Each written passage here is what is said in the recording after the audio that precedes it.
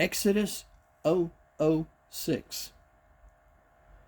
Moses leaves Egypt with his people early in the morning before Pharaoh could change his mind. He left with about 6,000 men, their wives, and the mixed multitude, which was the Egyptian men and women that married the Hebrews. We already spoke on mixed marriages and children, about 2 million in all. They have spent 430 years in bondage to Egypt, and now they are out. But wait, there's more. Moses and the gang are sent in odd directions by God, so Pharaoh would think they didn't know where they were going. God told Moses he had hardened Pharaoh's heart again, so Pharaoh would pursue them. By day, God was in a cloud of smoke, kind of like a tornado, but not violent. And by night, by a pillar of fire. Exodus 13:21. It, or I should say, God, was in front of them day and night. God told Moses which way to go in the wilderness and made it look like the Israelites were lost. God then tells Moses God is going to harden Pharaoh's heart yet again. Pharaoh is going to start another pursuit on them across the desert, but Pharaoh would be dealt with by God in another miracle. The Hebrews are stopped at the Red Sea with the pillar of smoke in front of them. They notice the army of Egypt is coming, and they start to complain again because the pillar is in front of them and is not moving, and the army is approaching. Exodus 14:04. God told Moses that God would take care of the Egyptians, and Moses thought that God was going to destroy the army in the sight of the people, because, as God said, you need only be still. Exodus 14:14. The pillar then moves behind them. God had this timed. The army is now blocked from the Hebrews by the pillar of smoke. By the way, this pillar of smoke is an angel of God. 14:19. God tells Moses to stretch out his staff over the Red Sea. The Red Sea starts to split. It takes all night to do so.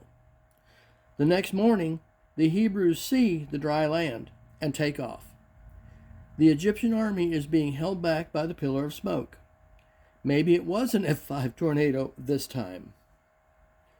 The next morning, the Hebrews take off across the now dry Red Sea. God has control over all this.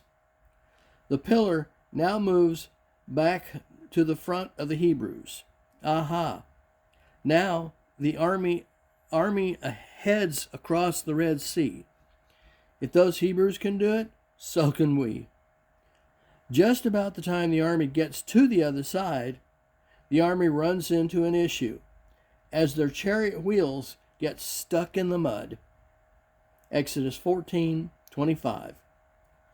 We see the first early morning traffic report of a snag on the freeway as wheels are getting stuck. The army decides to turn around. Exodus 14:26. Bad idea. Chariots everywhere. What a mess. Oh, it gets worse. God tells Moses to put out his staff now that he is on the other side of the Red Sea. Make the sea return to normal. This causes the water to come rushing back to normal. Not a good day to be in the army, is it? The water returns to normal at daybreak. Exodus 14:21. Squirrel. Some skeptics say the Hebrews crossed at the lowest point in the sea, and that is how they made it across. This would be an even greater miracle to have drowned an entire army with raging horses in a couple of inches of water. Back to Moses. Once the Hebrews got to the other side, they were so happy they began to sing. Exodus 15:01 through 18. Miriam couldn't help herself and grabbed a tambourine and had the other ladies join in Exodus 15:21. The Hebrews stopped at Marah and found they were out of water. They went to the river and the water was bitter. They started complaining again. Moses spoke to God about it. God told Moses to throw a block of wood in the water, and it cleaned up. Exodus 15:25. Squirrel. Sometimes when God speaks to someone in the Bible, he says things that only apply to that person or group of people. This is a case that I believe it also applies to today and us. God said, "For I, the Lord, am your healer." Exodus 15:26. They are now halfway to the Mount Sinai when, oh man, they run out of food. You got it. They started complaining again. God starts raining manna from heaven. Manna and quail are on the menu. Exodus 15:04. Manna can be described as Krispy Kreme donuts. Manna is described and prepared in many ways in the Bible.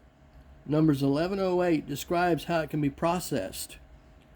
Psalm 78:24 calls it from heaven. Oh yeah, lest we forget, quail can be killed with a stick or just slapped to death. In other words, easy pickings for meat. They are about to make it to Mount Sinai, and they stop. For a year, no less. The people now get to the desert of Sin and start to complain about being out of water and how they must have gone from Egypt just to die of thirst. God, they're ready to stone me, Moses said.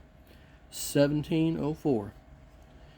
God said, "Go to the rock of Horeb and strike the rock. It will produce water."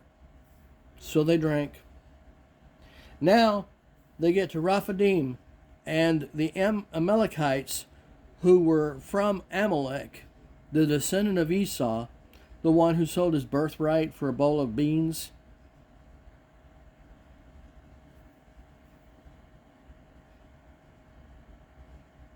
are going to battle with them. Amalekites are no good and ruthless. Moses tells Joshua to gather some men and go fight the Amalekites. Moses will go up on a hill and watch the fight. Moses, Aaron, and Hur, H-U-R, went to the hill to watch.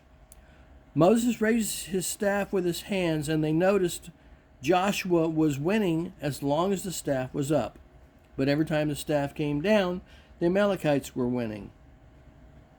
Moses grew tired, so Aaron and Hur brought a rock for him to sit on. His arms grew tired, so they held up his hands. God told Moses to write this down in the presence of Joshua so he wouldn't forget. 17:14. This is because Joshua will not only lead the Israelite army, but will also lead the Israelites to the promised land. This is described in Deuteronomy 25. Now, Reuel in some Bibles and Jethro in others had heard of the great things Moses had done and decided to bring Zipporah and Moses' sons with him to give them back to Moses.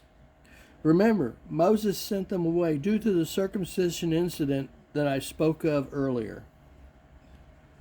Moses and Jethro went into the tent, and Moses told Jethro that what God had done, and Jethro praised Moses and his God for what they had done, and Jethro built an altar to praise what he called the one true God. Moses got up the next morning and joined his seat in the council. This council was to listen to the complaints of the people and make decisions on how the people were to handle their issues. Jethro saw how Moses took care of the people. 2 million at once, and wondering why he was preaching to so many by himself instead of spreading the word through several select teachers and judges within the camp. Jethro told Moses he should have a council of people to spread the word and counsel the camp. Jethro told Moses he should have a council of people to help spread the word and counsel because there were so many Israelites. Remember, 2 million. Jethro told Moses to get with God and select a council that Moses can depend on to help be judges, and such within their tribal communities. Numbers 11 tells of this. Jethro then went home. Moses selected 70 men, some over hundreds, 50s, and 10s. Exodus 18:21. Next, Moses gets exercise as he has several trips up to see God at the mountain. Moses, eat your Wheaties.